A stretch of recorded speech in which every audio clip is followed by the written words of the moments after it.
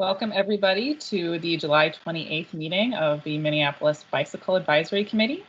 Notice this meeting may involve the remote participation by members, either by telephone or other electronic means, due to the local public health emergency, novel coronavirus pandemic, pursuant to the provisions of Minnesota Statutes Section 13D.021. Welcome everybody. I'm glad you're here. I hope you're staying cool today. If we could start off with Millicent calling the roll before we do approval of the agenda and the minutes. Okay, Aaron? Here. Arlen? Bree? Here. Dan? Miller, sorry. Here. Dan Miller's here. Yep. Awesome. Dan Booty, are you here? Okay. Deanna? Here. Alyssa? Here. Virginia? Greg? Heather? Tyler? Janice? Here. Jennifer? Here. Jesse? Here. Joey? John?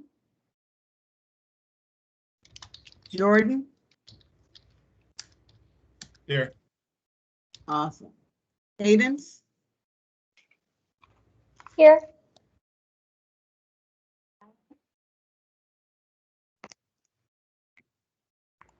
Marty? Here. Here. Awesome. Matthew Hendricks? Here. Maya? Did you say Maya? Natalie? Oh, never mind. I'm sorry, was that you, Maya? It was, yeah, I'm here. Okay. Natalie? Here. Philip? Here. Robin? Here. Steve? Steve Elmer? Yes, I'm here. Thank you. Wes? Here. Matthew Deardahl? Here. Chris Kartheiser? Here. Millicent Flowers? Here. Millicent, this is Kyle. I'm here as well. I might have missed it when you said my name. Awesome. Hi, Kyle. So we have 22 present today. Thanks, Millicent. Anybody whose name did not get called for the roll, that should be added to the roster. This is Tyler Pedersen. I just joined moments ago and heard you say that, so please add me. Got you, Tyler. Cool, thank you.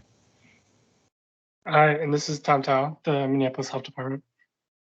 Hi, Tom.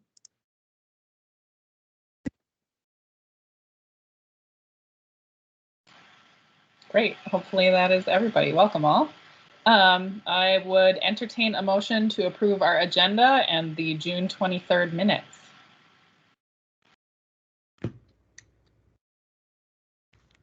This is Dan Miller. I so move.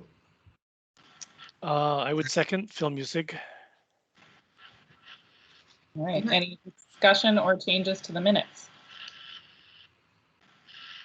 Thanks again, Cadence, for thorough, comprehensive, detailed, long minutes. You're welcome. Okay, I had one change, which was Natalie Wagner is listed as an other guest, but she is our voting member, so her name should be moved to the list of members present for the meeting. But otherwise, yeah, thank you for all your work, Cadence. It's a lot to manage and micromanage. So,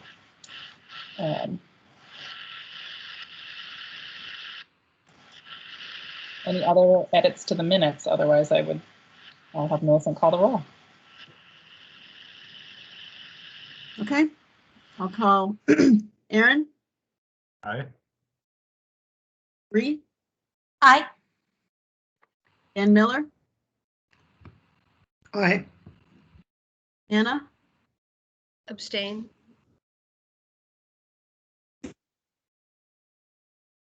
Okay, Tyler? Aye. Alyssa, will you vote on approving the minutes? I do. Aye. Okay. And Janice? Yes. Jennifer? You Yes. vote- Okay. Yep, I vote yes. Jesse?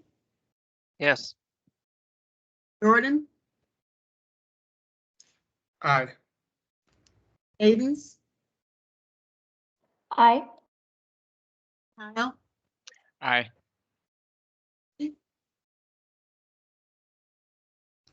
You vote to approve the minutes? Marty? Aye. Matthew Hendricks? Yes. Maya? Aye. Natalie? Aye. Philip? Aye. Robin? Aye. Steve? Yes. Wes? Yes. Matthew? Deardahl? Yes. Okay, we have 20 approved and 1 abstention. Thank you, everyone. Hey. Thank you, Millicent. Millicent, this is Armand from Metro Transit. I think you may have missed me on the roll call. Okay. You want to vote to approve the minutes? I do, yes. Okay. Great. Thank you. That makes 21. Great. With that, I will turn it over to the first item on the agenda, which is our 5E subcommittee report from Bree. And obviously Heather's not here with us today. Tom is sitting in for the health department seat. So welcome, Tom. Hi, everyone.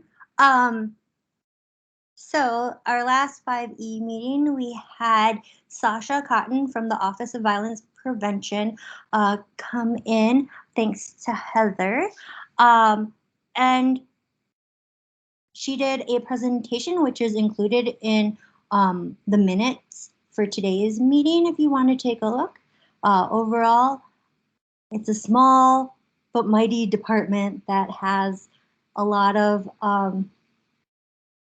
lofty goals and not enough money, like many other city departments. So I wish the best for them, and they big key takeaway for me is that they're planning on doing a City of Minneapolis wide audit. And it seemed like based on equity and just kind of to see where everyone's at within the city. So looking forward to that. I don't remember if there was a timeline, but I don't think they mentioned that. But yeah, you can check out those slides. And then it says on our agenda that we talked about TAP. However, we were not able to get to that in the last meeting. But then Tom and Ash talked about the walk bike rule audit, and the slides are also included on our agenda for today as well, if you'd like to peruse those. Anything else that anyone wants to touch base on at all? Okay, that's it. It's a very fast 5E subcommittee report. Thank you all for those continuing discussions. I'm sure even though we didn't have any actions today, it feels like there's been a really good building conversation month to month at 5E. So I'm excited to see where those conversations keep going. Thanks. Thanks, Bree. With that, I will turn it over to Dan Miller and Marty Grimes for the engineering subcommittee report. Okay, hello everybody. We had 4 projects come before us at our subcommittee meeting, and we'll be presenting 3 actions of those 4 projects. So I'll go through a little bit verbally on the projects. In the LIMS agenda, you'll find both the resolutions as well as the documents that were presented during these meetings. And as we go through each of them, Marty will follow it up by reading the resolution for us. So the first project that was presented was the Bryant Avenue Reconstruction project. This is now at 30% and will be going before the Council Transportation and Action Committee fairly quickly for approval. It was presented by Liz Heyman and Trey Joyner of Public Works. And this will enter into or is in detailed design in 2021. And they're looking at a 2-year construction period of 22 and 23 in 2 different phases. I'm not sure which section is going first or second on that. It was primarily a recap of what was presented at the May BAC engineering meeting and has been through well over a year of significant community engagement and design review, and it has gone back and forth between community engagement and the BAC, and we've weighed in at different times. Simply put, the project is putting bikes on Bryant as presented prior on the east side of the street. They're moving most of transit to Lyndale, and it's going to a one-way street configuration with chicanes and various other safety and greening techniques that will happen. A resolution was recommended by Janice and was later written up and provided to the people that attended the engineering subcommittee meeting to make sure that we got proper language.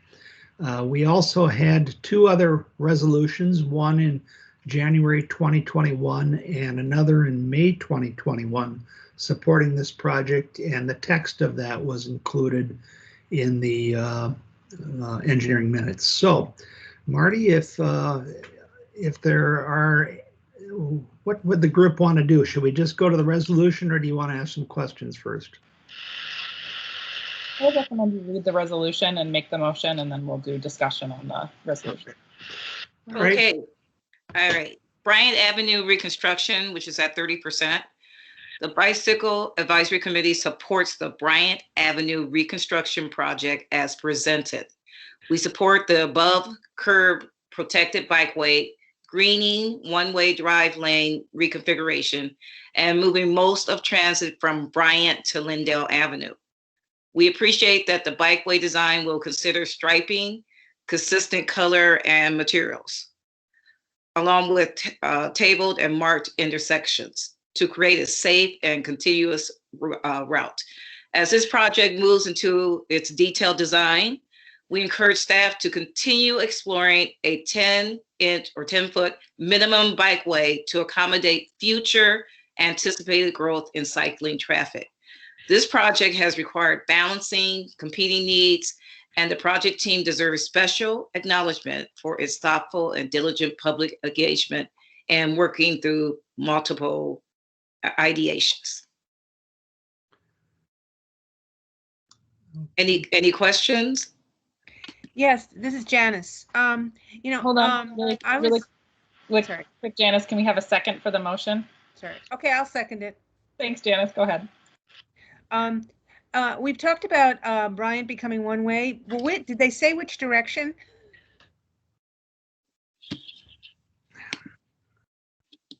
I don't know. Because I think Aldrich is one way for part of it. I went by there the other day, so I was assuming it was the other direction, but I can't remember which way that is. I believe it's called a converging one way at 46. So I think that what that means is I think it's southbound from Lake to 46 and then northbound one way from 50th to 46. I believe that's correct. That's correct. It shows up on the second page of the document that's on our limbs. Underneath the Bryant Avenue recommended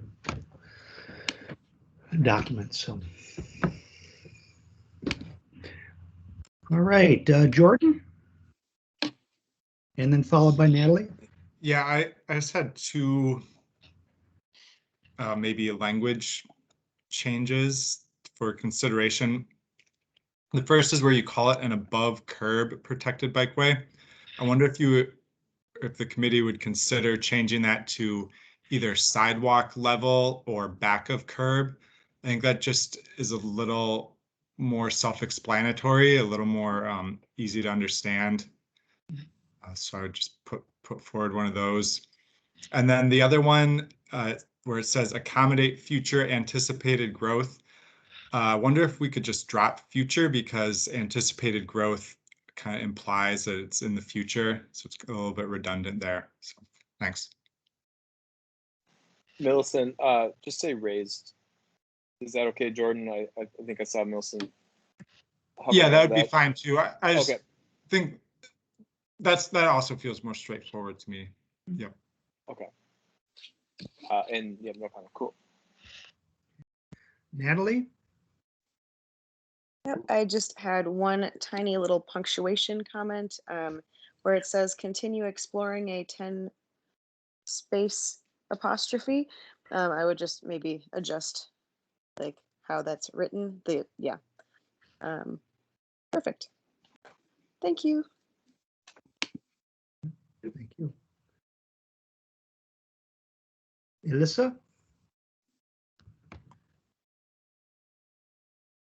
You're on mute, Alyssa. I am on mute, took forever. So I did have some conversations with folks living on the corridor and was wondering if folks would be amenable to adding a sentence around ensuring bike parking is on the corridor in residential areas. One of the things that we've discussed recently in other meetings is the need to put more bike parking in residential areas. And Bryant as a corridor has a lot of business nodes. And one of the challenges right now is there's some ADA pinch points where people can't put bike racks out in the public right of way because it interferes with ADA. So I have a sentence that I emailed it to Millicent.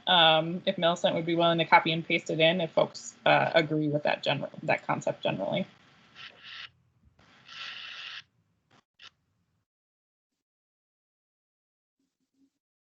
Can I just chime in and say yes, please, and thanks? You want this right at the end here? At the end of the first paragraph, and I'll read it out loud once you've got it in there. Okay. So the sentence reads, this reconstruction project should plan for and include ample space for bike parking throughout residential areas along the corridor. Parentheses, in its present state, many areas of Bryant cannot have bike parking added in the right of way because so much space is given to cars that bike parking would interfere with ADA requirements.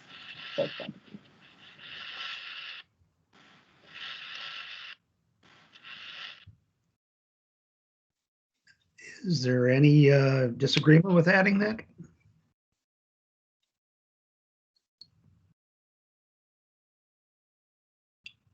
Well, I think we could add it. And how about any other comments before we take this to a vote?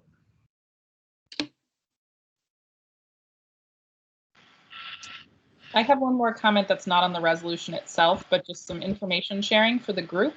That there does appear to be an additional concerted organizing effort to get this project stopped. There's somebody who's been distributing flyers along Bryant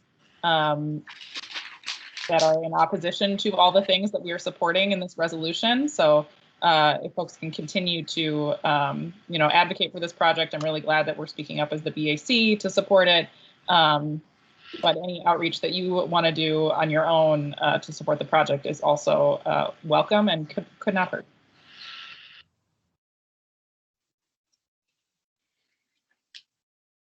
Okay, seeing no more comments, I think we'll take this to a vote. Okay, Aaron? Aye. Armand? Abstain? Okay. Bree? Aye. Dan Miller? Aye.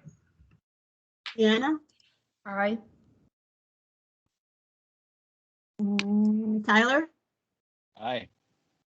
Annis? Yes. Jennifer? Aye. Jesse? Abstain. Jordan? Aye. Aye.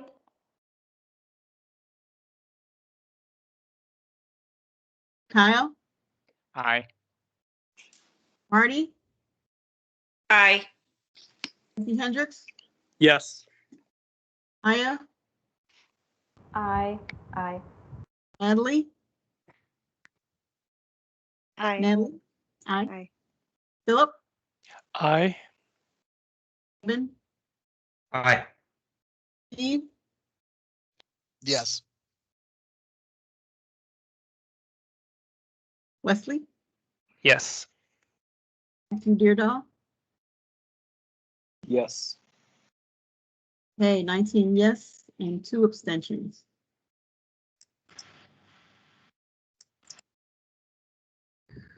Okay, the next project that came before us was the Cedar Lake Road North Bridge Replacement Project. It's at 0% starting out. It was presented by Alexander Cato, Abdullahi Abukar, and Mesrat Walana of Minneapolis Public Works. This is one of 2 bridges on Cedar Lake Road between Morgan and I can't remember the other street, but on one side is the entrance to the Cedar Lake North Trail that starts in Burnmaw Park and heads over to the Cedar Lake Trail. And on the other side is the Loose Line Trail that goes through Bassett Creek Park. There's 2 bridges. There's only one being replaced. They looked at both of them, but this bridge happens to be a timber beam bridge. You wouldn't know it by looking at it, but it looks older than the other. Planning is happening now. Design will happen in 2022 and construction 2023. They're just beginning community engagement and hope to be back to us once they've heard more about this. So it's one of the 2 bridges. It goes over the BNSF Trail railroad tracks and Bassett Creek itself between these 2 bridges. They're proposing when they do this bridge remodel bridge replacement to include pedestrian and bike access over the bridge and the adjacent trail at Morgan. This is on the AAA network. We don't know when future asphalt resurfacing will happen. There have been some improvements that have been done near Glenwood, which was redone a few years ago. While we're having this conversation, Matthew Hendricks brought up some interesting questions as to whether there's analysis of possibly closing this bridge completely and just making it a ped bike facility, and if there are some cost benefits to doing that over the other. So we talked about that a bit. Tyler Pedersen noted that there are bike ped improvements along Bassett Creek planned in the Bassett Creek and North master plans, and so that's exciting.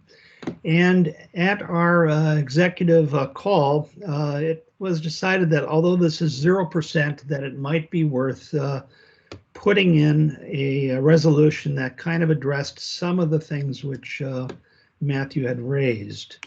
So I'm going to leave it at that and ask if Matthew, would you like to, or Phil, who basically drafted this, do either of you want to add anything before we read?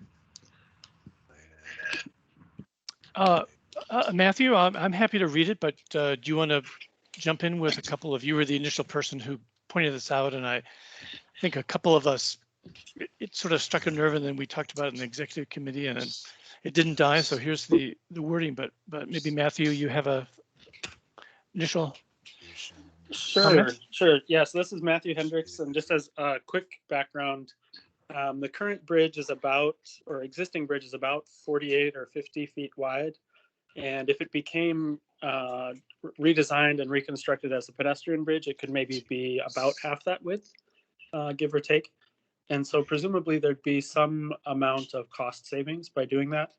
And when we asked Public Works if they had looked at the 2 alternatives, they said essentially that they had not analyzed whether a bike ped bridge only would work in that location and had not done any costing on that alternative. And so the intent of the resolution is to have Public Works staff come back to the BAC with what it would cost to do a full reconstruction and comparatively what it would cost to do a bike ped bridge instead.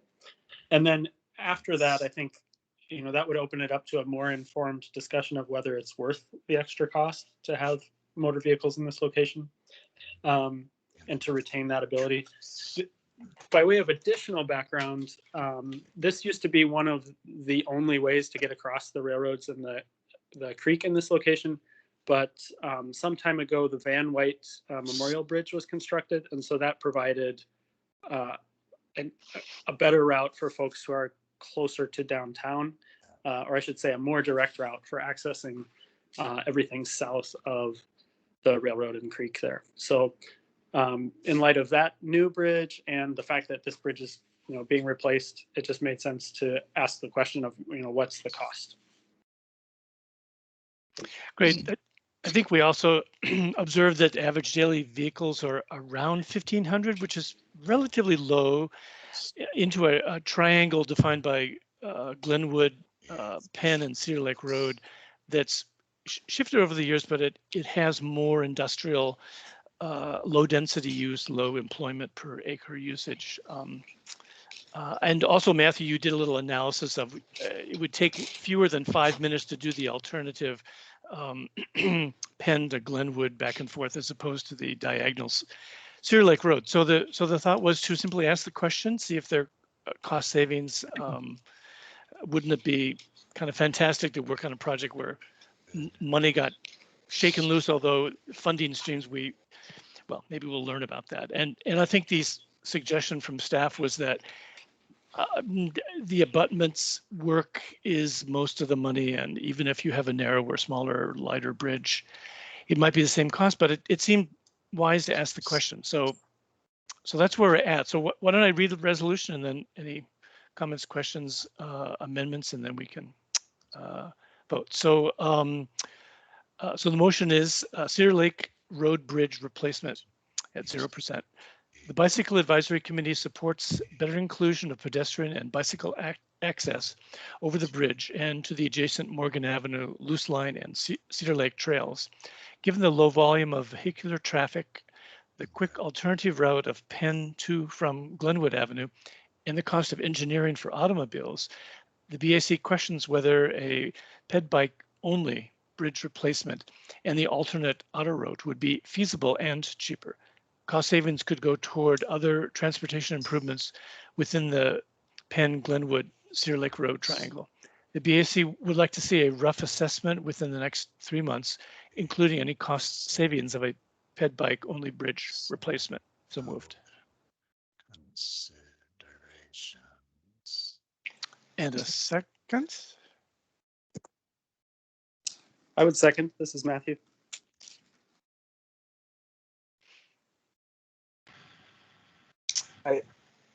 Can I go? This is comments. Matthew. As I listen to that, when you say the BAC questions, I almost feel like you're skeptical versus like raising the question of is interested like in the question of what I don't know. Did anybody else feel that too, where it's like it almost seems like you're challenging whether it is or which is not what we're doing. Is interest is curious, wants to know. would be interested to know something like that. I don't know. What do y'all think? Would like to see an analysis of whether I don't know. Or would like to explore. Would like to explore. Well, you would like Public Works to explore, right? So yes. BAC like Public Works to explore. Would request for it. Yeah. Good. I think we should consider. Then Matthew Deardahl, do you think it would be helpful to add a requested timeline for when Public Works returns, like request they come back October or November? HCADTs.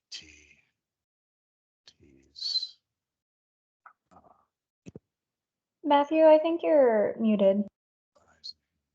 Thank you. I have generally observed that adding specific timelines like that isn't always maybe received as well. Or what I would say is, they'll come back. If you want it post 30%, I would say that is my point, rather than a specific month. Mm-hmm. I guess my sense is I'd rather, yeah, that's helpful. That's helpful. I would rather they come back before 30%, because by the time they're 30% into engineering, they're probably pretty invested in one design versus exploring multiple. I agree. And that makes sense to me to say that, because otherwise the next time you would see them would be 30%. So yes, that makes sense. Yeah, right now we say 3 months. They're at 0%. They're aiming for 2023. 15%? Let's or Wilson 3 months. Finish this. So is it the BC request a response on this topic prior to coming back at 30%? Yeah, I think 30% might be too late, actually. Well, that's what I'm saying, like prior to. Yeah. Yeah.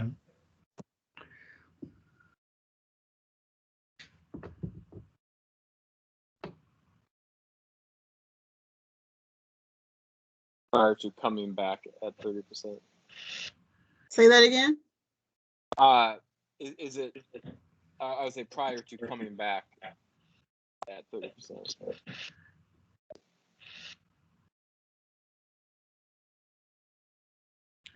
Let's see. We have three others: Wesley, Deanna, and Tyler. Yes, I just wanted to jump in and respond a little bit to this. I'm struck that, like, questioning kind of the cost effectiveness, like, I feel like we already know the answer to that. To build a bridge that has to support much less weight is going to, I would assume, is going to be cheaper. I mean, I could be wrong on that, like, not an engineer and that kind of thing, but in my mind, I don't think that's the question that Public Works should be asking in this situation. If we want them to ask a question about how this bridge should be used, I think the thing to do is to ask the people who live nearby about this, rather than just say, oh, is it cheaper to eliminate cars as a use? And part of the reason I'm struck by that is that, so if I'm getting the mapping right, this bridge is bordering two neighborhoods, Bryn Mawr and Harrison, that are very different in terms of racial makeup and wealth and all of these different things. And it seems problematic to me to ask the question of, like, oh, would it be cheaper to, like, close off this bridge to cars, right? Recognizing that we, like, in general, like, I want it to be easier to get around by bike and walking, and that requires trade-off with how we handle auto traffic in the city. I don't like the idea of saying, oh, it's cheaper to close this bridge to auto traffic that happens to be on one of the most stark, like, wealth boundaries in the city. I don't think that's the way to do it. So I would just say, like, I would much prefer, if this is a question that we're interested in, that we ask Public Works to actually talk to the community about it. You know, I do not remember what the public engagement process was, if it's even at 0% been mapped out. Again, 2023 was, I believe, the construction timeline. I was sort of assuming there would be that standard feedback. I think it was the fact of the changing land uses and the 1,500 cars per day. But it's a good point. I see your point. Well, and just to add a little bit onto that, it's also in the context of a neighborhood that, to me, feels relatively constrained in terms of options for getting around. There already aren't, like, recognizing that the traffic is low and everything like that. I used to have friends who live in this neighborhood. I would visit it all the time, and it feels like the options for getting into Bryn Mawr in particular are pretty limited. And so, like, that adds to my concern about asking that question in this way, and whether we are being community focused here or not. Mm-hmm. Dan? Yeah, sorry to jump ahead, but I think that during the Alexander's presentation, that the next step was to be engaging with the community and that they would be reporting back once they have some of that information. I somewhat took from that that was going to happen before 30%, and that while some of this while Wes is bringing up some things that could get some pushback on it, I think the intent of what Matthew was trying to get at was to whether it was truly needed with the Glenwood Penn connection, and whether we could strengthen that trail connection between that's there and on Cedar Lake North, or Cedar Road North for that matter. Mm-hmm. Deanna? I think I might have gotten some of my questions answered. What we're saying is that we're recommending that we actually close the Cedar Lake Road at that point, on going in both directions, correct? I mean, where we would close that road to cars, and cars would have to go and find another way across the tracks. Right, Penn Glenwood would be the correct.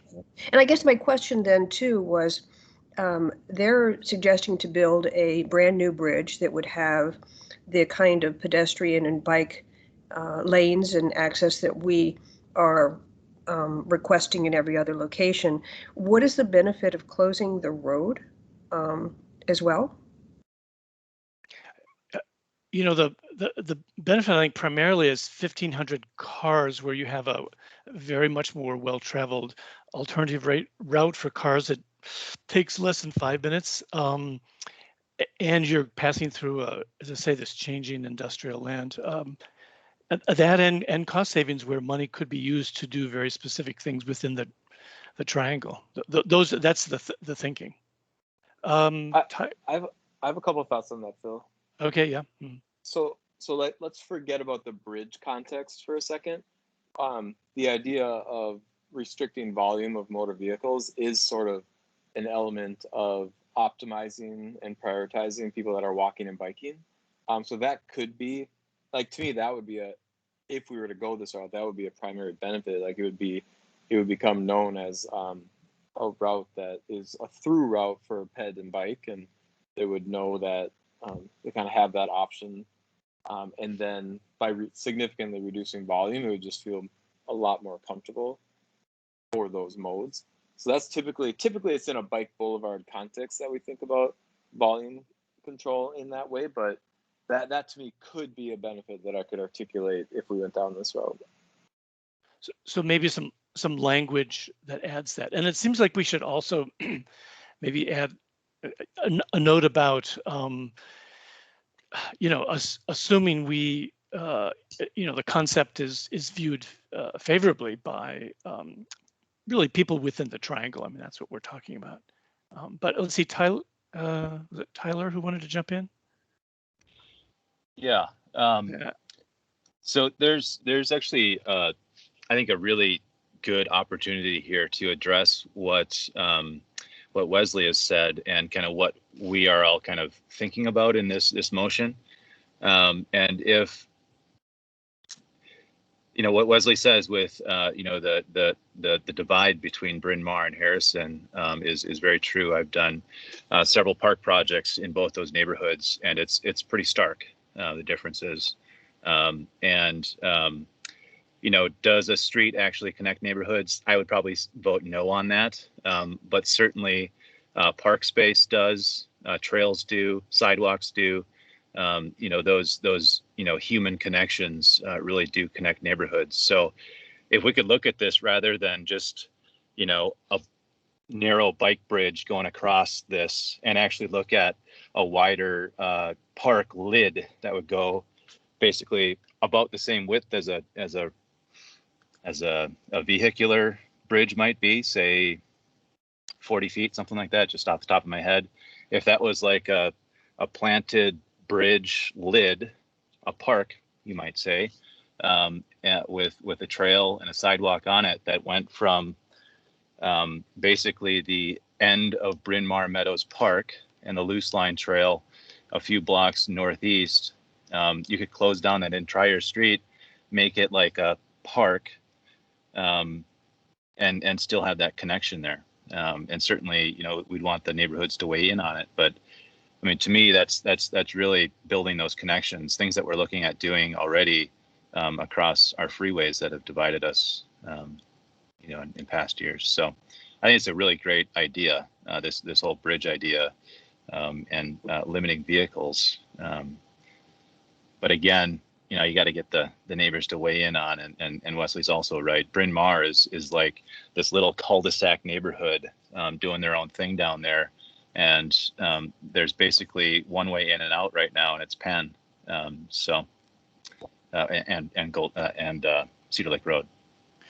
Thanks. So it sounds okay. So it sounds like we might want some language about better connecting in sort of a harmonious, sort of ecologic way to neighborhoods.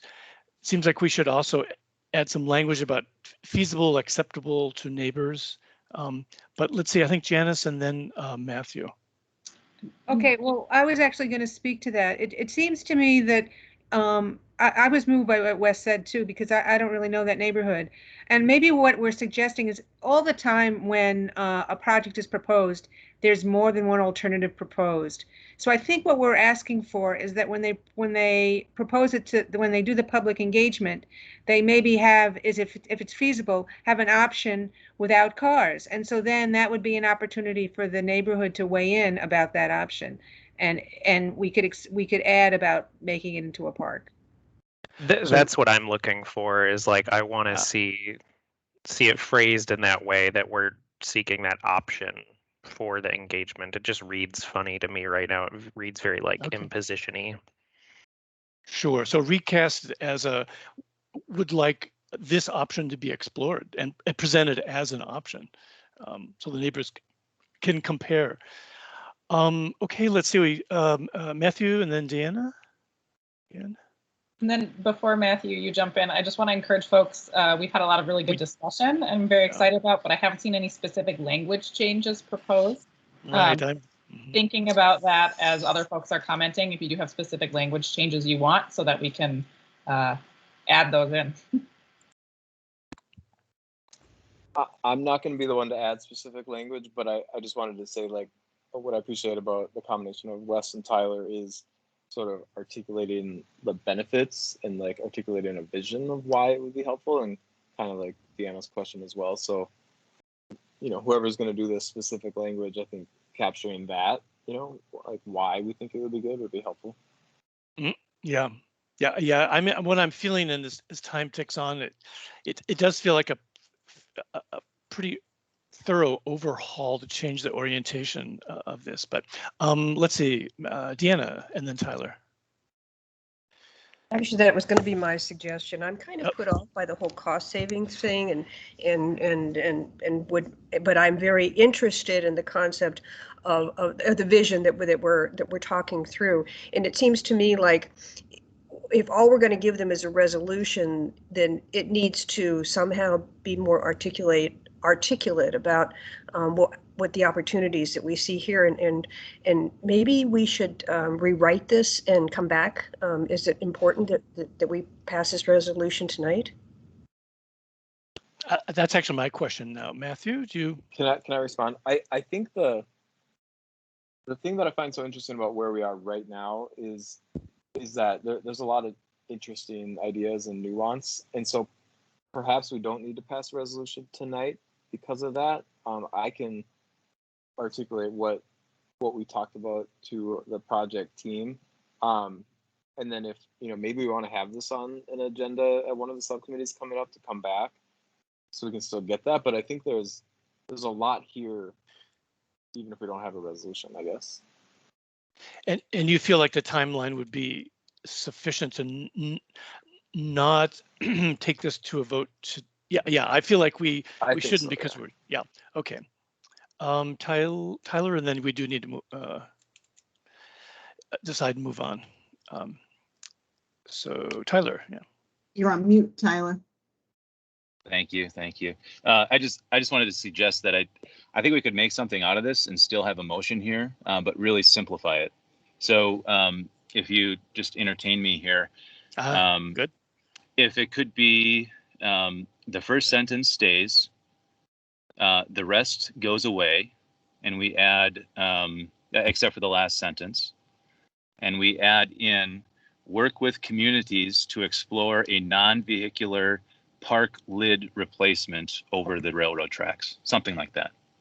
And just keep it super simple as an option, and making sure that we call it a park, so there's green space on it, non-vehicle, so there's no vehicles, and Can you say that option. again, Tyler? Okay, sorry. Work with communities to explore a non-vehicle park lid replacement option over the tracks, or over the railroad tracks. To be presented among the options for this Cedar Lake Bridge project. Yeah, that sounds great. That certainly kicks it off, is more specific. I like it.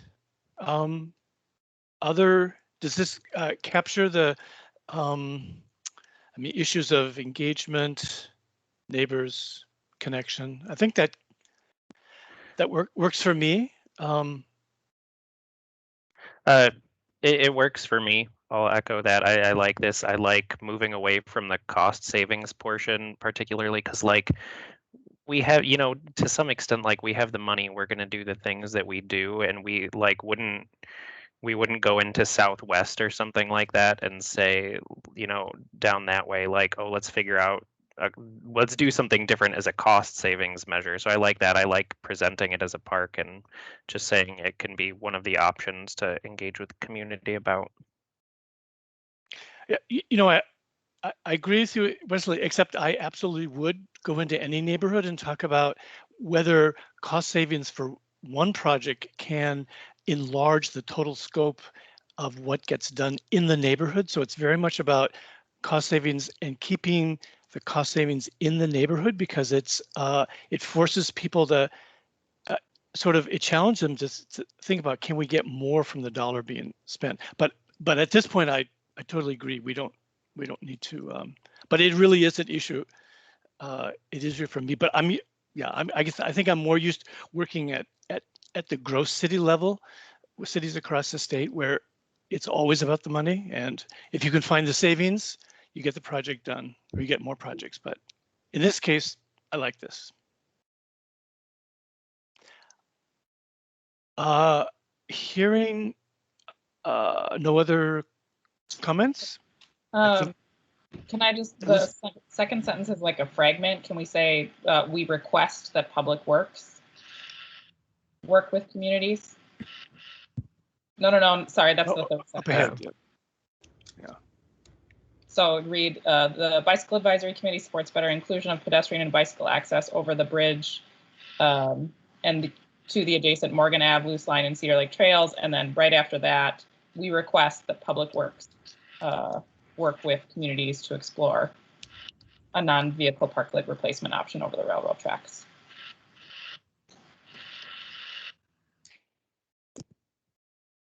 Can you say it one more time? Now just get rid of the word work. Yeah, just get rid of work. Sorry. Keep explore.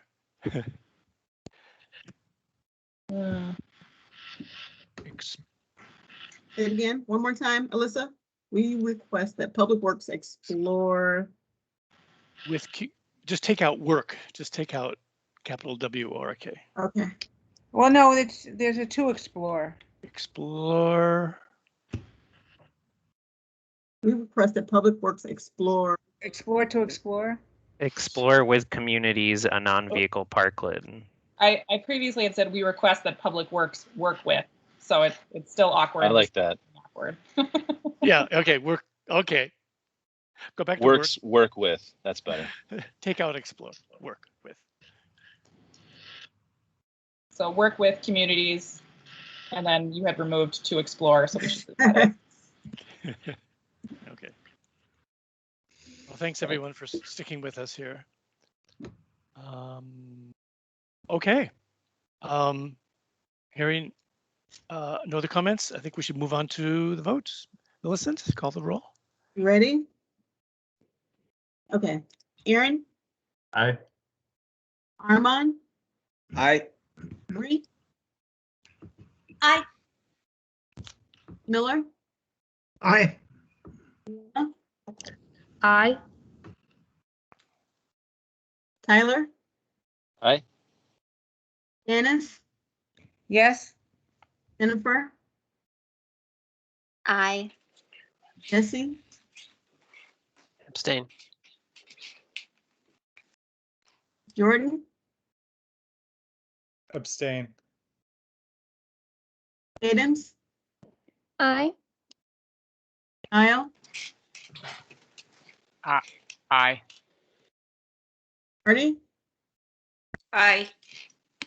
Matthew Hendricks, Yes. Ann, Aye. Natalie, Aye. Aye. Ben, Aye. Steve, I'll abstain. Wes, Yes.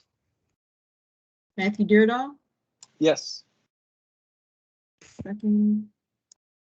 Okay, we have 18 yes and 3 abstentions. Okay, I'll abstain. Thanks, everyone. Okay, the next one, next project is the Phillips Traffic Safety Project at 0%. It was presented by Mike Samuelson, Minneapolis Public Works. And this is going to begin engagement and planning and will happen in 21 and 22 with the expected engineering and construction to happen in 2023. This is going to involve 24th, 26th, and 28th Avenues South from 35W to Cedar and the Hiawatha. It'll include intersection bump outs, medians, and they're considering bikeway curbs as well. Safety improvements, safety issues with the 24th and Cedar intersection were discussed by this group, and this may be addressed by future MnDOT improvements involved for Hiawatha. 24th, 26th, and 28th are all on the AAA network. Phil had asked whether additional greening could be added to 28th. And there's some question as whether asphalt resurfacing will happen in conjunction with these improvements. No action was required, and Mike was planning to return 15%. However, again, at the executive call, we discussed a resolution, and one was prepared for that, and Marty will read it for us. Okay, here we go. Phillips Traffic Safety Project, 0%. The Minneapolis Bicycle Advisory Committee supports improving bicycle facilities along 24th, 26th, and 28th Avenue South that will be considered for this project, as well as expanding green space along 28th. The new northbound 35W exit ramp at 28th Avenue is an unsafe crossing concern, which should be reviewed and be part of the project. Okay, is there a second for that? I'll second that, Philip. All right. And any discussion? I know that Cadence had brought up the concern about 35W. Okay, Wesley. Just kind of a small language thing, but do we want to say something more about improving bicycle and pedestrian facilities? It just seems like the scope of this project is a little bit bigger because it's talking about bump outs and medians and stuff. Mm-hmm. Sure.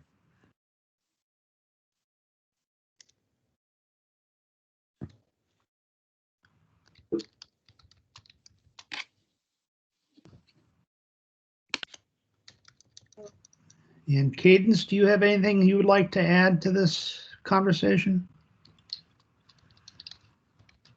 Just maybe for more context, the 28th Street Bridge over I-35 was reconstructed as part of the transit access project. And of course, like engagement happened on that project many years ago, but there is a new northbound off-ramp from I-35 directly to 28th Street. And I personally bike west on 28th Street home when I am in the office, and the bridge is of course higher, deeper, and so I'm not a very large person, but like me not even pedaling with like a backpack with, you know, a laptop in it, like I catch a lot of speed on the downhill.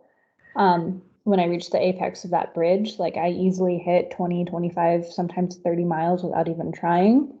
And I am terrified that I'm going to be T-boned in the future by someone trying to turn right on red from this off ramp, because when you're biking or walking on it, the bridge has grading, like metal grading, fencing, screening for the pedestrian experience. And you can't really see vehicles if you're biking or walking that are approaching from that off ramp. So I'm personally really concerned about this mixing of high speed traffic that's going to be then expected to go 25, 30 miles per hour from a short off ramp onto 28th Street and have to cross a protected bike lane and turning across that. It's just, it doesn't really feel all that safe. And it's not open right now, it's just being constructed. But there's also just a heck of a lot of gravel and debris in the bike lane right now with construction activities. So it's just already not feeling very safe before it's even open. So that's my context.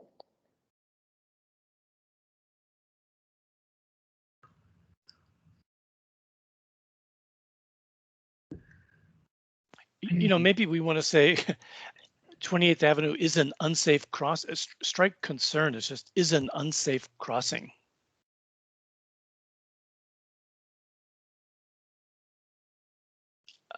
I mean, it's just, I mean, that's what you're saying, Cadence. It's objectively an unsafe crossing. Yeah, I'm concerned that it will be as soon as that off ramp is open to auto traffic.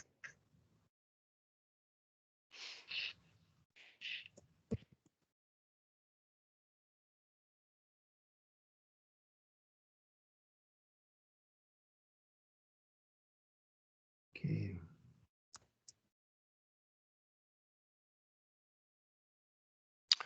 Yeah, so I think Milton, if we can just strike concern in the last sentence.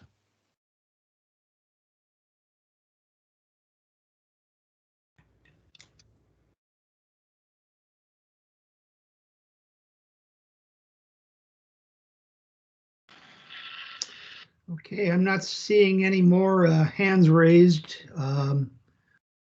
Anybody have anything else they'd like to add, or we're going to take this to a vote? All right, whenever you're ready, Millicent. Okay, Aaron, Aye. Armand, Aye. Aye. Dan Miller, Aye. Anna, Aye. Tyler, Aye. Janice, Yes. Jennifer, Aye. Jesse, Abstain. Jordan, Aye. Cadence, Aye. Kyle, Aye. Artie, Aye. Matthew, Aye. Maya, Aye. Natalie, Aye. Aye. Robin, Aye. Steve, Aye. Wes, Yes. Matthew Deardahl, Yes. Lisa, are you abstaining? I will abstain. Thanks. Okay. All right, 20 yeses and 2 abstentions. Okay. Our last project at the engineering subcommittee meeting was the Beeline recommended corridor plan. It's at 0%. Adam Smith from Metro Transit was, and Jasna Hadzik from Minneapolis Public Works presented. The recommended plan is pending Met Council action in July 2021. Engineering will happen in 21, 22, and construction in 23 and 24. The boundaries are from West Lake Street to downtown St. Paul along Lake Street and Marshall and Selby. Corridor plans proposes station and platform locations and features, 4 to 3 conversions and single direction bus only lane and or bike lanes are being reviewed in conjunction with the county and city. Jordan said details will be worked out separate of this corridor plan to being reviewed by Met Council for possible for improved bike facilities. Lake Street, which are Lake Street from River to Hiawatha and from Hennepin Avenue to East Badamakoska Parkway, and they're both on the AAA network. Group consensus was that the Beeline is a long-awaited improvement for Lake Street, but we do not want bikeways forgotten. Plans are to return as project progresses. And there was no resolution for this, but I think Jordan presented to that and may have some comments, as well as Armand.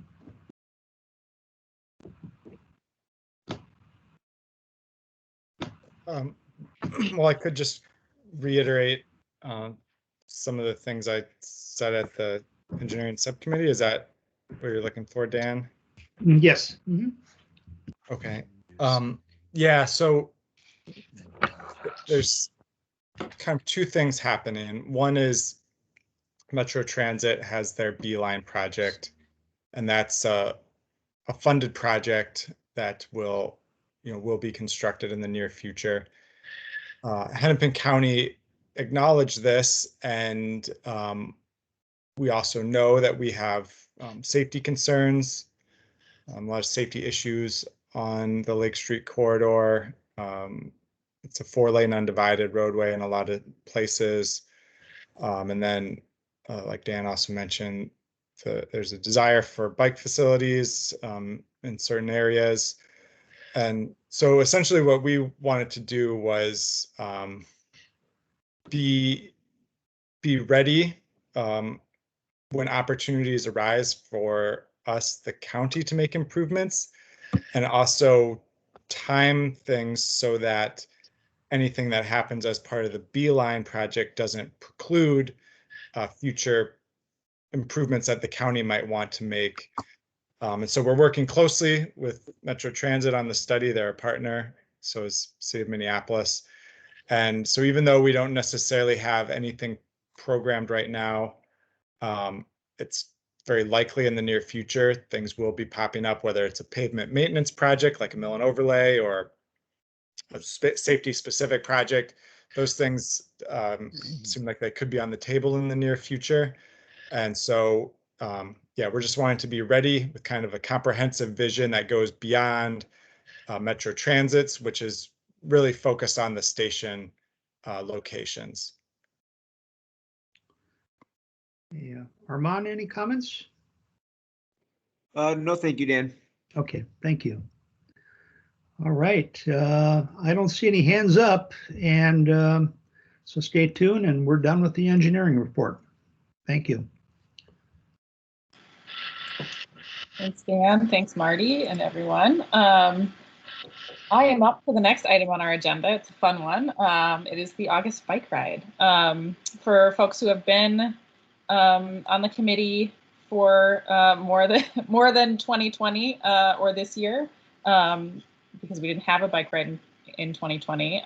We typically in the summer do a committee bike ride, which is really fun. It's an opportunity for us to usually we'll take a route. It'll be at a conversational pace, and we'll go by some projects that have been constructed recently.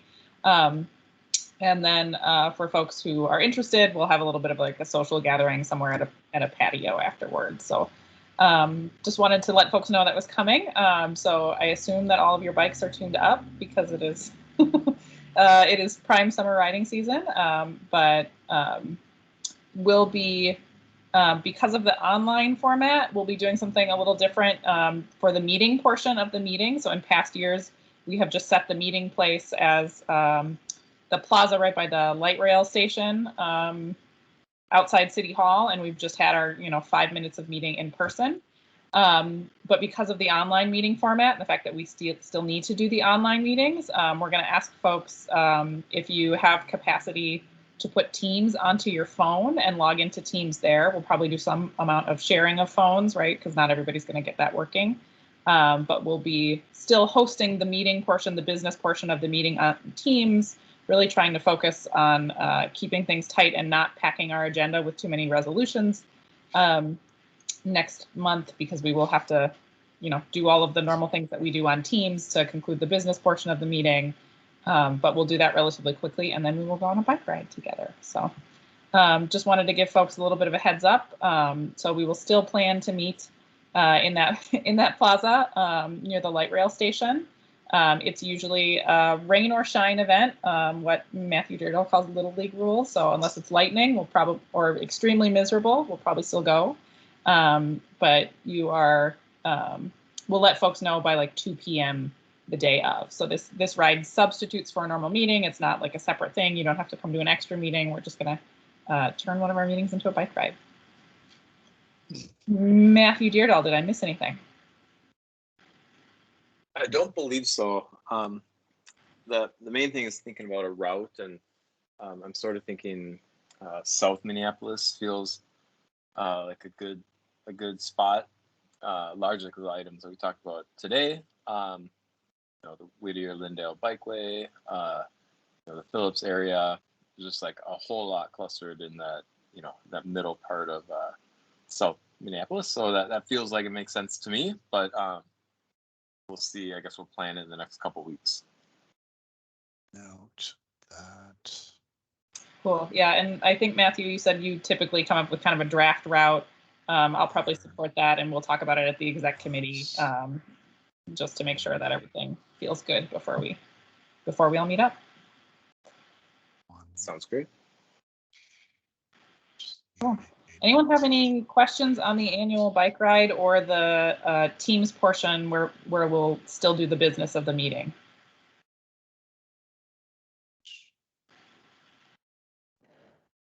This is Cadence. I have Teams downloaded to my phone already, if up to 2 other people want to share with me, so we're not all also competing for bandwidth in the same hotspot.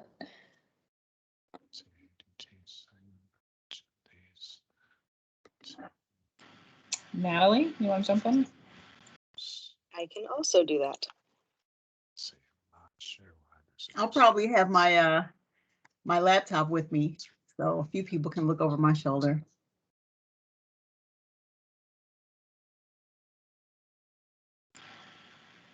Cool. And then This is Matthew Hendricks, and I was just going to say I'll also have Teams on my phone. And then I was going to suggest potentially the lobby of the new city office building as a location if there is inclement weather.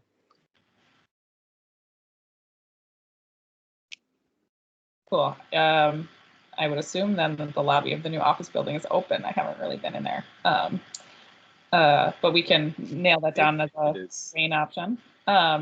And I guess the other thing if you are not going to be bringing a phone and wanting to like look over somebody's shoulder and lean over their phone, just a request that you please bring a mask if you're going to be up in close quarters with other folks.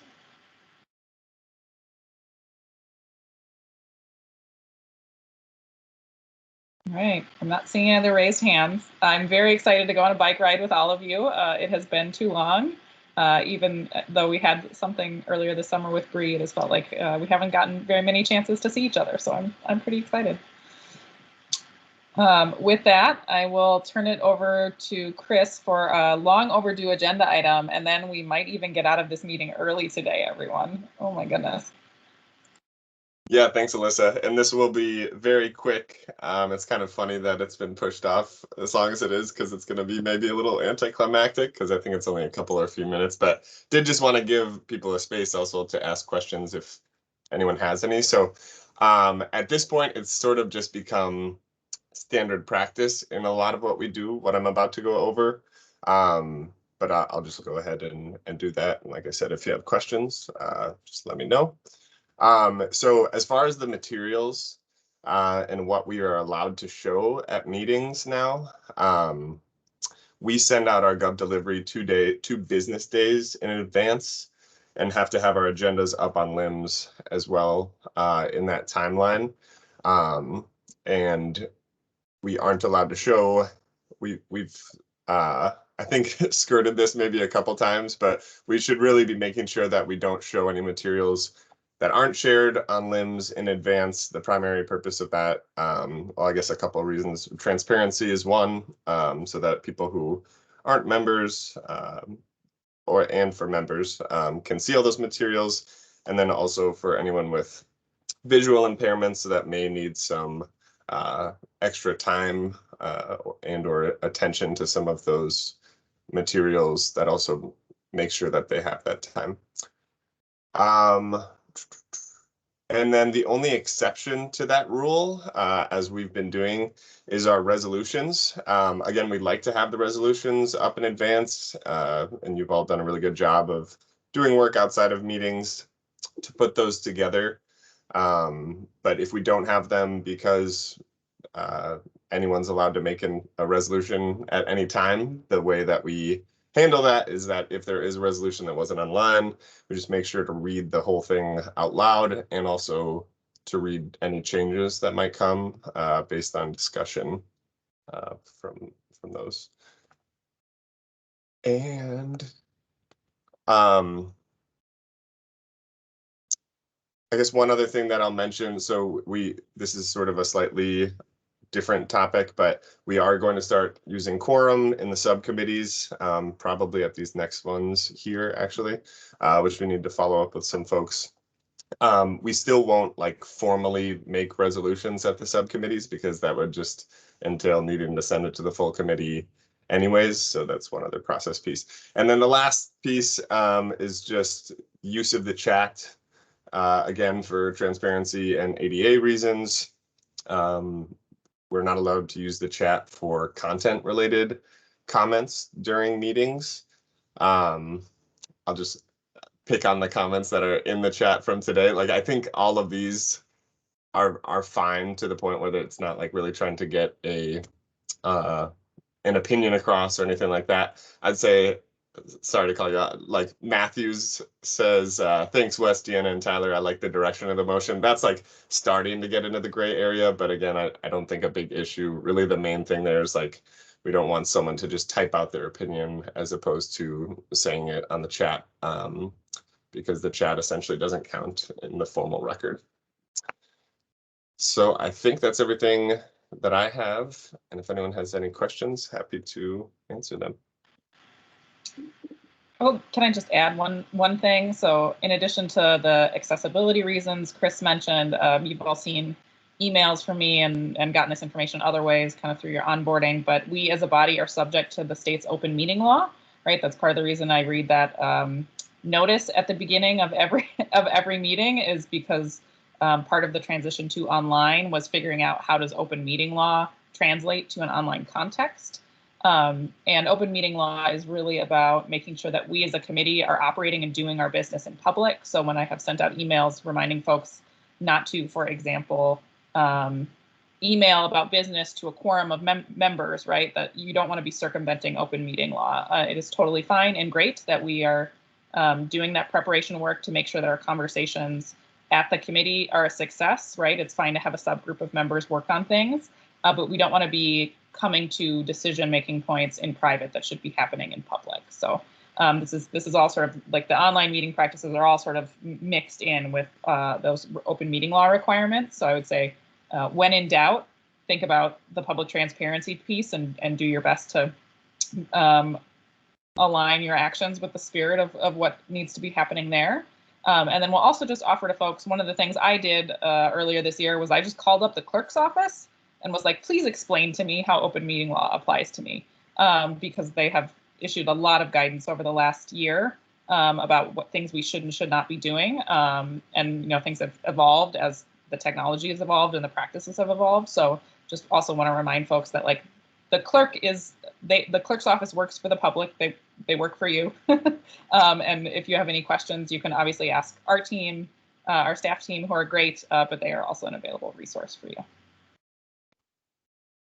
Thanks, Alyssa. And you sort of hinted at this, but just so folks know, these rules will remain in place once we return in person. Before we went to the online format, the agendas and all that stuff was a lot more loose, but we will be continuing to do like the 2-day gov delivery and sending everything out electronically that way.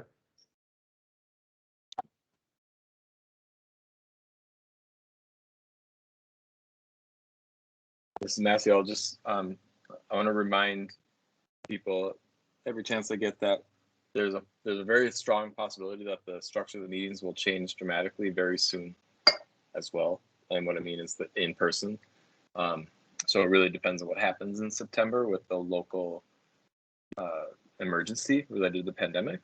So just keep that in mind in the coming months and start thinking about what in-person meetings might mean for you and your schedule and that type of thing.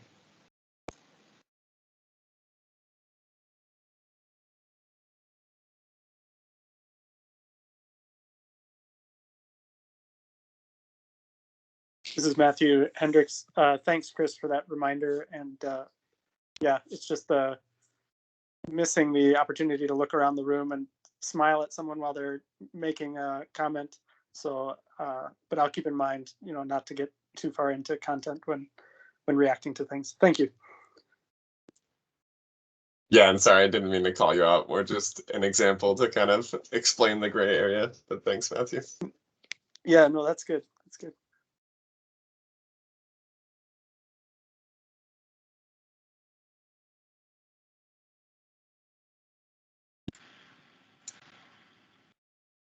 I'm not seeing any other hands raised. I think if we've talked about this a couple times, if there are things that we like or don't like about the current meeting practices and want to make a resolution about that, I think now is kind of our moment to consider whether or not we would want to do that as a committee, knowing that obviously a lot of the decision making is happening outside of the scope of our committee. It's happening with the entire, what do you all call it, the enterprise of the city at large. And also is really influenced by what's by like state law. So if folks have things that we would want to communicate as a committee, we can do that. I just wanted to open the door in case folks do. Otherwise, we can decide to be done early today. Bree. Hi. Is there an option to do hybrid? So online is still virtual is still available for accessibility issues? So there will be a way of doing it, but it's going to pose some, it's just kind of a complicated state law that was passed just a couple months ago. Essentially, what it would mean for all members, and this applies to like elected officials and anyone, but if you're going to participate in the meeting, so not just watching, but actually participate and be allowed to vote, your camera would have to be on. You would have to be in a publicly accessible place, such as like a library or like somewhere that has like ADA accessible entryways and public could like come and like sit with you or by you. So that's our assumption, is that no one's going to want to do that. So you on my sidewalk. Correct, because we also need to publish the location of where you will be doing that in advance. So these laws apply to all elected officials in Minnesota. and they'd include commissions and boards and things like that. So I do think what Alyssa says, like if this group wants to make a statement and like give that to the clerk's office, like there was no local engagement from what I know when that state law was passed. I think it was like, uh-oh, like things are going to happen soon. Let's get ahead of this. It's probably a little more conservative or like constricting than it needs to be. But that's what we're dealing with. Can I offer like a potential clarification? And Chris and Millicent, correct me if I'm wrong, but so Chris, you just articulated, I think accurately, what the state law says if there was a hybrid in-person remote option. In order to do that, it would take a significant amount of work, I think, on the city's part to create that system. Some of it could be technology, some could be like logistics and rules and different things.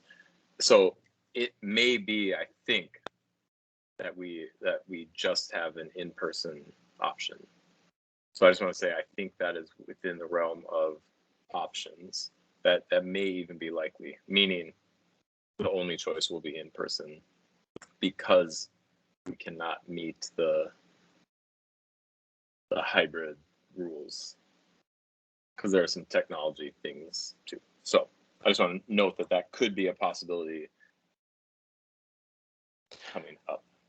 So the hybrid, so just to clarify, so the hybrid is, you feel the hybrid option is precluded because of the wording of the state language around?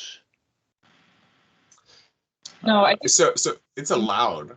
Yeah, what I'm hearing is the state law allows for one thing, but our current city practices and infrastructure are not inclined to be in alignment with the thing that the state is allowing as far as hybrid meetings. Yeah. So in other words, I don't necessarily. Sorry, Phil. 1 second. I want to say I'm hesitant to say. I think I'm hesitant to say too much because I don't know that I'm like saying like it's the city's problem or the state's problem. I'm just saying like in order to do a hybrid option, there are significant steps involved. I'm not saying it's all on the city. I'm just saying like it's not clear yet whether we're going to do that. That's all I mean. So my front porch, or like I'm going to be in California during September. It sounds like it will not be possible if BSC moves to back to in-person downtown. It's not looking possible that I would be able to participate. If the emergency order is ended by then, which it's currently set up, I think, to end in September, but it's been extended basically every time by like a couple months or a few months. Okay. And that's the way it used to be back pre-COVID. If you had to show up in person, and if you had to travel, you missed a meeting. And maybe just one other thing I'll throw it is like, we haven't been in the new office building yet. I don't know what rooms we're going to have or where we'll be meeting as the BAC. There's a chance that it will be in one of those rooms. Maybe it has like some better technology that we can use. And even if you can't vote and participate remotely, like maybe it's simple enough to like turn on audio and video in the room so that like if you're out of town and you want to listen in to know what's going on, like I think there are a number of like options we can consider as we move forward. And so just getting back to what Alyssa said, like if you come up with ideas like that or anything. Okay. Just to add, Chris, I've done some hybrid meetings, not like of this form, but just like general staff meetings in the new building. And it is, depending on the room you have, it is very doable to have some people on their computers and some people in person and everything, just from that technology perspective. Cool.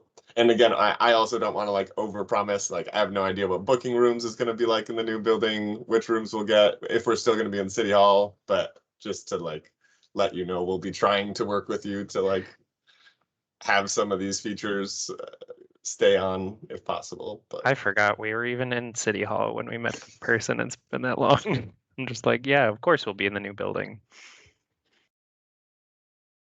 Okay, so you're saying that most likely the only option will be in person. It's not like, oh, if we want to prioritize accessibility, we can keep doing virtual 100%.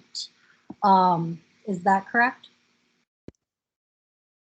I think that's our recommendation for initially going back. Like once the emergency order ends, at least for like the temporary transition to just go fully back to in person. Okay, well, I mean, I think, I don't, okay, so in my opinion, it doesn't need to happen like right away, but the city should figure out a hybrid model that they can do in the future. If we want it to be actually accessible to everyone, because I know it's like, oh, okay, I have to meet on my sidewalk and tell someone the address.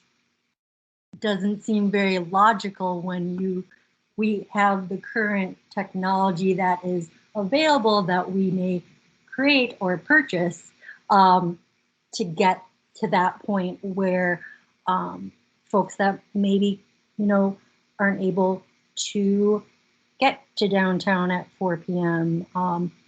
And yeah, so that's my opinion, and just kind of to get them rolling. I appreciate that. And just to clarify again, like that piece of where you are and being like publicly available, that's the state law. So that's not the city portion of that. And the clerk's office was blindsided by that a little bit too when that came out. Like it just happened very quickly. Natalie, and then Phil, and then Maya. I would just like to, this is Natalie, I would just like to agree that that it would be nice in the future if there were a way to align the legal language and what have you to make it work to have a hybrid option, just so that those of us who, for instance, typically work until 4:30 could more easily go straight from, not have to take as much time off of work and things like that. I recognize that we all have made a commitment here to participate in this, but there's also something to be said for people not having as flexible of schedules, being able to participate in this particular group and other similar committees. So just putting that forth as a consideration as you all who have more power for such things move forward. So thanks. Thanks, Natalie. One thing I will add that before Philip jumps in is that we can also, we set the BAC-PAC calendar every year. We set the meeting, like we have a meeting date time, but that it can also be something that we as a committee look at. We've done sort of a survey in the past asking like, are there better times of day for us to meet or better particular days for us to meet? And obviously there are some limitations there, right? Like we can't schedule over the Pedestrian Advisory Committee meeting that staff are already at. But that's in terms of what we have control over. We can definitely have that discussion as we go into the fall too, as we think about what does our 2022 calendar look like. So, Philip?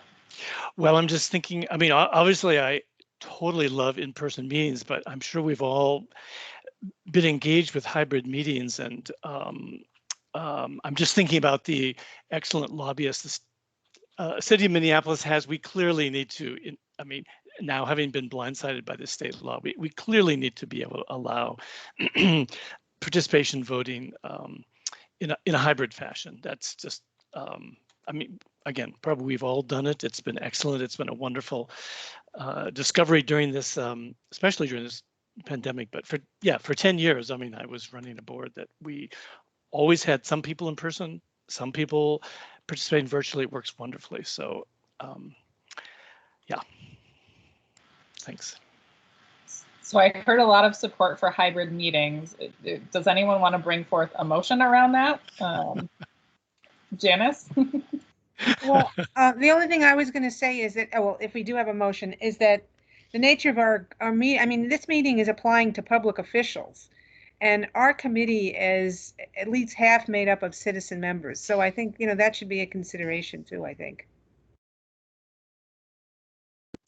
I do think there's a strong case to be made for not having the same law affect people who get paid to serve on something as opposed to volunteers. So I hear you. I'm wondering whether Matthew and Chris, you can maybe before the next executive committee meeting, look at the actual state law, and you'd maybe be in a better position to respond to that and craft a resolution that we could bring to the BAC next time to pass. But it seems like the resolution should be urging the city of Minneapolis lobbyists to get to work at over in St. Paul to amend. So, I guess I'll just jump in with one thing, which is reminder that we're trying to keep a minimum of resolutions on the August agenda because of the fact that we're doing the bike ride. So I don't think it needs to be super complicated. And then also I would just say, like, if we really want to know the ins and outs of state law, we may want a resolution that asks the clerk's office to come present to us at a subcommittee meeting about what's going on. They may or may not be interested in joining us, but I think asking Chris and Matthew to be legal experts when that is like part of the clerk's role okay. doesn't necessarily make sense. And if folks, oh, go ahead, Matthew. I just want to know, the clerk's office is definitely, like, you know, losing sleep, so to speak, over this, right? Like they have an immense responsibility with the impacts of all this. So they also have let us know that there will be communication to, you know, the 50+ boards and commissions coming up. So on this particular topic, I would say, you know, Chris and I and Nilsen, like, we heard you here, we understand and agree, and we'll bring, if it's okay with you, we'll bring these comments to the clerk's office and any meetings where they organize us. Good. I don't think it would be, I don't know if it's appropriate or successful, but I don't think the clerk's office will come to a meeting to talk about it. Maybe, like, if staff can do that, I think that'd be more effective. Thanks, Matthew. Do you feel like it is helpful to have a formal resolution for us to bring to the office for those discussions, or are you feeling like our comments are enough? I don't think a resolution is necessary on this one, to be honest. But this is Matthew Hendricks with a quick question. I'm curious if there's room for the city of Minneapolis under the state law to draw a finer distinction between the kinds of boards and commissions we have, because we do have commissions like the Planning Commission that makes, you know, really binding quasi-legal decisions about development in the city, and then if somebody wants to appeal that decision, that's a legal process. Whereas we as the BAC are making recommendations to staff, but we're not really a decision-making body in the sense that when we make a motion, that's what will happen unless somebody takes some legal action against our motion. So from that standpoint, I wonder if the city could, I guess, be more refined in or draw some distinctions about exactly how formal we have to be compared to the Planning Commission, for example. I'll respond to that and say that it is unambiguous, in my opinion, based on the conversations of the clerk's office, that the BAC and PAC fall under these requirements. Like, I don't think there's a gray area that we could make a case to not apply based on what I've heard from the clerk's office. Like there's, like, they use very clear, strong language about the legal requirement of these types of things. And just to add a little bit onto that, basically this new law is, instead of Minnesota statute section 13D.021 that we refer to every meeting at the beginning, like the open meeting law, there's like a new section, or like an updated section of that. So because we fall under that for kind of those other things, I think that's probably why we would be considered to fall under it for this. But again, I do think that's a good point to like maybe that's something we talk to the clerk's office about, like lobbying for, because it does seem like there could be some distinctions made similar to what you're saying. Right, right. I mean, I can't imagine that every city in the state has 50 boards and commissions that are all functioning at like a planning commission level as far as legal requirements. And so it's, I guess it's more a question for the clerk's office than for public works staff, but it's about that. And you know, I should say too, I really appreciate a lot of the formality and the process that has come with the changes to the BAC. So I think there's benefit to some of it, but it's just a question of, are we, you know, has it been overdone in a few cases potentially? Armand, and then I think we'll probably call it for this discussion. Yeah, I guess I had a question like 5 minutes ago, but I'm just curious at this point. So with all of like the barriers to doing a hybrid meeting, some of it legal, some of it technological, would that implication still hold for presenters, for folks who are coming and presenting to the BAC? Would they also be obligated to be there in person? That's a very good question. That I think that one will probably depend most on the technology that's available, because it is pretty explicit as far as I remember in the open meeting law that those requirements apply to the members, not like to attending public or anything like that. And so I would think staff could potentially present remotely if we're able to like have the audio that all members can hear correctly and like they can all see what's being presented. Yeah, but it could be an option. Okay. Just wondering, because I mean, I think my thought process would go to that it would make it easier for presenters to, you know, I think using Teams has been really nice for folks to present and share their screen and be able to jump in when they have to present and then also jump out and not have to sit around for the entire BAC meeting. So not that it's not super fun, but that's all. Thank you. Yeah, we've heard similar feedback from our other staff in our office, so I appreciate that. Well, thank you, Chris, for getting us started on this discussion. I appreciate everybody sharing their thoughts, and hopefully we can figure out how to make the transition as good as it can be given the resources and the constraints we're operating under. So I appreciate you all. If you have any additional thoughts, feel free to email those to me and Matthew in the coming weeks. And hopefully we will know more about what's happening sometime in September. With that, I will, that's the last discussion item on our agenda, so I will open it up for announcements.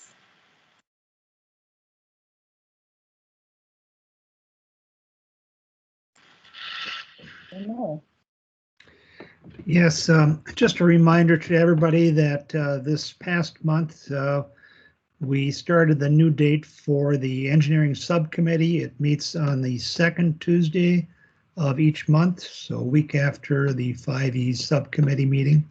So if you're planning on attending, look for it on the second Tuesday of each month rather than the third. Thank you.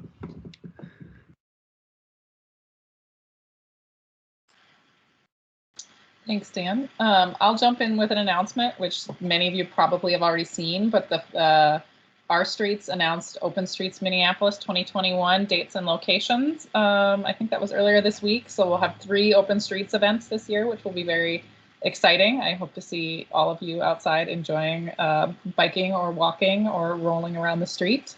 So you can find the details online, but hope to see you all there.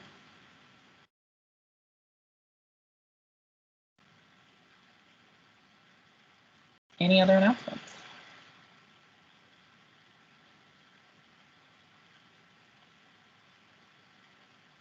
All right, I'm not seeing any raised hands. So with that, I will call us adjourned. Thank you all. I appreciate you continuing to